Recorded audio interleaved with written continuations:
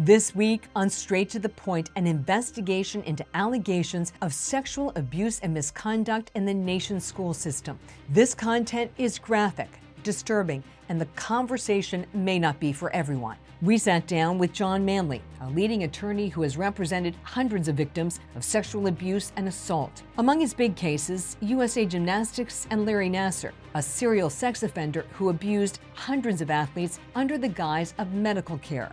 When you learn what the expression passing the trash means in the context of the nation's schools, you can't help but feel outrage. So let's get straight to the point. There's a phrase, pass the trash. What does that mean?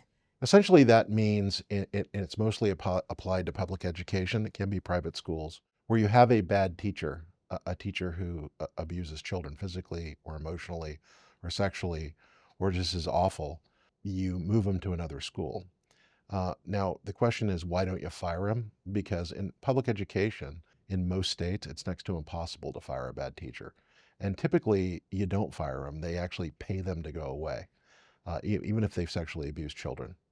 What's the issue in the California public school system, K through 12? The main issue is that there is an epidemic of sexual abuse in the state. By teachers, by coaches, and by other school employees. It wasn't until 2012 you could actually file a lawsuit, a civil lawsuit for damages as a victim of sexual abuse in California. And since then, our firm alone has filed dozens. Our firm alone has discovered over 350 or 360 perpetrators, teachers. Wait, 350, 360, just in California? Correct. And we believe there's many, many more. We know there's many more because we certainly don't have all of the cases. What are the reporting requirements for educators in California if there are credible allegations of sexual molestation or abuse against children? So it's actually a very low standard. If you reasonably suspect, that's the key term, that a child has been sexually, emotionally, or physically abused as a mandated reporter, you must report. So what that means is if you have enough to say, I got to look into this, you must immediately call law enforcement or child protective services, and within 24 hours make a written report. And what's the rate of compliance? It's almost zero. What do you mean it's almost zero? In the vast majority of cases we have, what occurs is the mandatory reporting statute is ignored and schools investigate it themselves.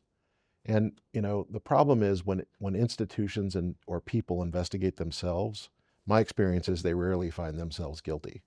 The whole point of the mandatory reporting regime is to have a third party look at it so they can get to the truth. It's a crime, by the way, not to report, and yet almost nobody's been prosecuted for it. I have here the Child Abuse and Neglect Reporting Act. Is there a requirement for schools to notify parents of credible allegations of sexual molestation or abuse against children by teachers? No. If a child is a third grader and they go to school and the school removes the teacher because they believe the teacher molested a little boy or a little girl, there is absolutely no legal requirement for schools to notify parents. How can that be? Well, I think we have to ask the California legislature and the other legislatures who have allowed this situation to occur. This is designed to conceal the level of abuse by school personnel from parents. Okay, I want to be clear about something. Most teachers are good people and there for the right reasons. In fact, in many of the cases, the reporters who finally stop it are other teachers. But what happens to them, in my experience, when they stand up and say, no, you're not doing this anymore, and reporting, frequently, not always, but frequently, they're retaliated against by the administration and the school district. Is the issue of alleged sexual molestation of children greater in minority and poor communities? Are they disproportionately impacted? Yeah, so we talked about pass the trash earlier, and frequently what happens is, you typically don't find an abusive teacher in a public school in Pacific Palisades. Why is that? Because people in Pacific Palisades or other wealthy areas have power, they have money, and they have authority, and typically on back to school night, the teacher is the poorest paid person in the room. If you go to South LA, like Miramont Elementary School, for example, the teacher is the the highest paid person in the room. The students are typically Latino or Black or other minorities. And the districts, in my view, in my experience, send them there on purpose because they're populations that have no power. Wait a second, you're saying that you believe that teachers who are allegedly molesting students are purposefully sent to low-income communities that are less able to respond. I don't believe it, I know it because I've watched it. What does the case of elementary school teacher Mark Burnt tell us about the scale of the problem in California? Okay. Mark Burnt, to set the stage, was a third grade teacher at Miramonte Elementary School. He was hired at the Los Angeles Unified School District. There was complaints about Mr. Burnt's conduct throughout his tenure through 2012 when he was arrested. He was exposing his genitals in class. Teachers reported it. He was wearing wildly inappropriate clothes, tight shorts with his genitals showing, wearing Mickey Mouse ears, photographing children, taking, openly taking children in his classroom after class alone in violation of rules, just year after year after year after year, principal after principal after principal. So how was he finally stopped? So what happened was there was a young woman in a CVS drugstore in Redondo Beach, California, where he lived, who was developing analog film. As it came across out of the machine, she noticed these disturbing pictures of children with tape over their mouths, with substances dripping down their chin, eating cookies, cockroaches on them. And believe it or not, in California and other states, photographic techs are mandatory reporters. She did her job. She called.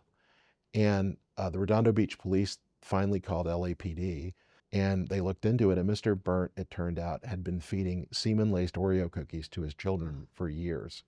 Hundreds of victims. We have current cases against LAUSD, and there's 1,200 other school districts. And the reality is no one knows how many teachers have abused. Nobody knows how many teachers have been credibly accused. Nobody knows how many teachers have been in the state suspended from teaching or had their licenses suspended. It's completely opaque, and it shouldn't be. The one thing we should be doing is to protect children from this. No one is talking about what effectively is the elephant in the room, which is, if you believe the federal government, hundreds of thousands, not millions of children that are affected by this in this country in public schools. Have your investigators uncovered a broader pattern that this is happening in other states besides California? Yes. Most states, the reason California has been so visible, and I'm very proud of the fact, is we can file a civil lawsuit for the family. And frequently the lawsuits actually lead to charges, not vice versa. For example, in Texas and other states, they have what's called sovereign immunity, meaning you can't sue the state. So you can't really file a civil lawsuit in many states. And so as a result, these people are never discovered until way later, and often the criminal statutes are expired. A lead researcher and educator in this field is Cheryl Shakeshaft. There's some data about the prevalence of sexual abuse of children in public schools. What is the latest data? The latest data is 17%. Ms. Shakeshaft was the author of 2 studies commissioned by the Department of Justice. In December of 24, Harvard University published her most recent book, and she believes now that the number of children that suffer sexual misconduct by teachers, school administrators, and other personnel is about 17%. Wait, 17%? Yeah. In other words, 17% of students in this country who go to public schools will suffer some sort of sexual misconduct while in school by school personnel, which is a staggering statistic if you do the math. I have a document here from the Education, Healthcare, Public Services. What is that group? It's a union organization that puts out studies on various educational issues. Okay, this is called Nobody Wins, an educator's perspective on mandatory reporting. It says that rather than support mandatory reporting, they want to focus on sort of the challenges within the family. Does that address the issue? No, it's designed to conceal it. What they're really afraid of with mandatory reporting is that if you don't report, it's a criminal act. And they know, the unions know that there's widespread, as school districts do, there's widespread non-reporting. The notion that when you have these studies and this data that is put out by law enforcement, that you want to get rid of mandatory reporting tells me you're trying to hide the truth. What right-thinking person doesn't want a teacher mandated by law to call the police when a little girl or a little boy is molested?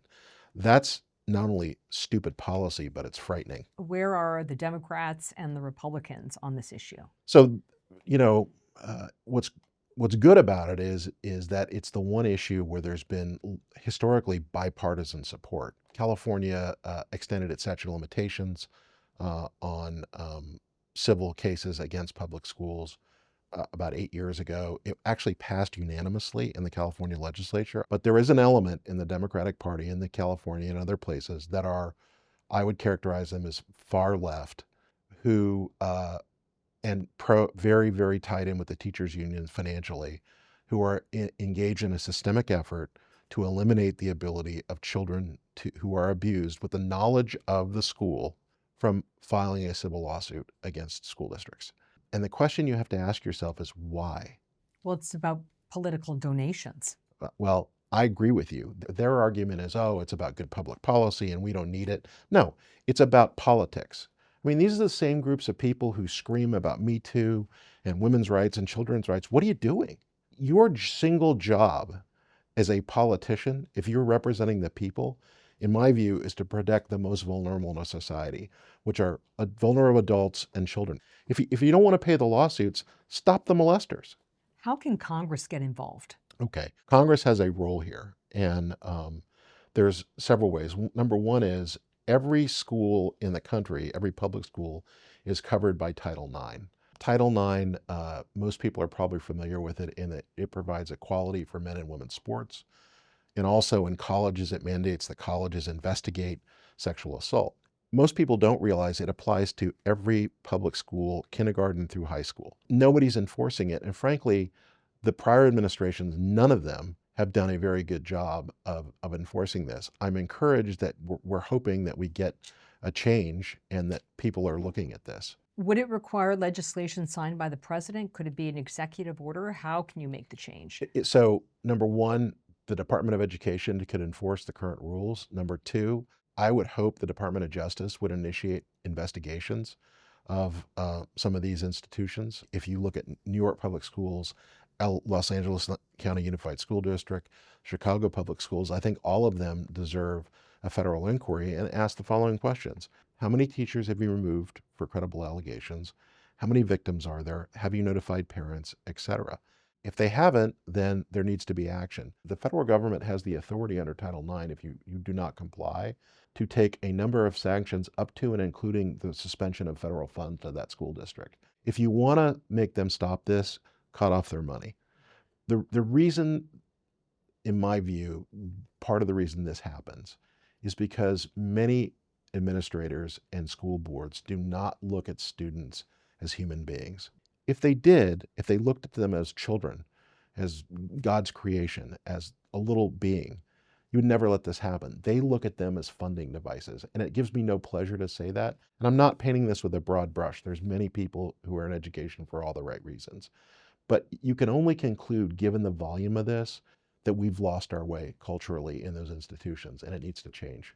You're revealing very disturbing findings from your investigation. At the same time, 3 million files have been released in the Epstein case, and the common link is the abuse of young children. Mm-hmm. What does that say about where we are as a society?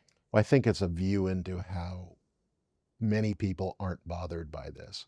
The thing that's most disturbing about those files is the communication by respected people in our country after he was convicted. And I think our job and America's leaders' job, but be it Democrat, Republican, Libertarian, whatever, your job one is to protect our society. And our society depends on our children. And when this happens to a child, it's emotional murder. They're never the same. Every person should have the right to pick and choose their first sexual experience. And when that's stolen from them at third grade or as a junior in high school and all things in between, it's a profoundly damaging effect. The other difference between Epstein in this case is no one was mandated by law to go to Epstein Island. You have to send your children to school. or you go to jail. So parents are mandated to send their children to the local public school and have no choice. You don't like your teacher in a private school, you go somewhere else. But these parents in Title I schools, they don't have any money for private schools. They don't have money for Catholic schools. They got to send their kid to the public school. And, if you get Mr. Burnt, well, that's just too bad. And that's what a lot of people, a lot of educators, and frankly, teachers' unions think. And I don't understand why unions aren't partnering with us on this. Why don't they want to get rid of these people in their midst? After we spoke with John Manley, we reached out to the Los Angeles Unified School District, a major teachers union, and others. In response to our questions, the district provided this policy document that states when allegations of sexual misconduct by a district employee with students are made, the region superintendent may choose to inform parents and guardians of the impacted school in writing. As for the number of reported allegations of sexual misconduct and disciplinary action against school employees, we were told the data is only available through the Public Records Act. The American Federation of Teachers did not immediately respond to our questions. Based on our reporting, we understand there is interest for hearings on Capitol Hill that can show this is a national issue, where student safety in some schools is taking a back seat to political and business interests. This is the type of investigation you can expect here on Straight to the Point. We'll see you next time.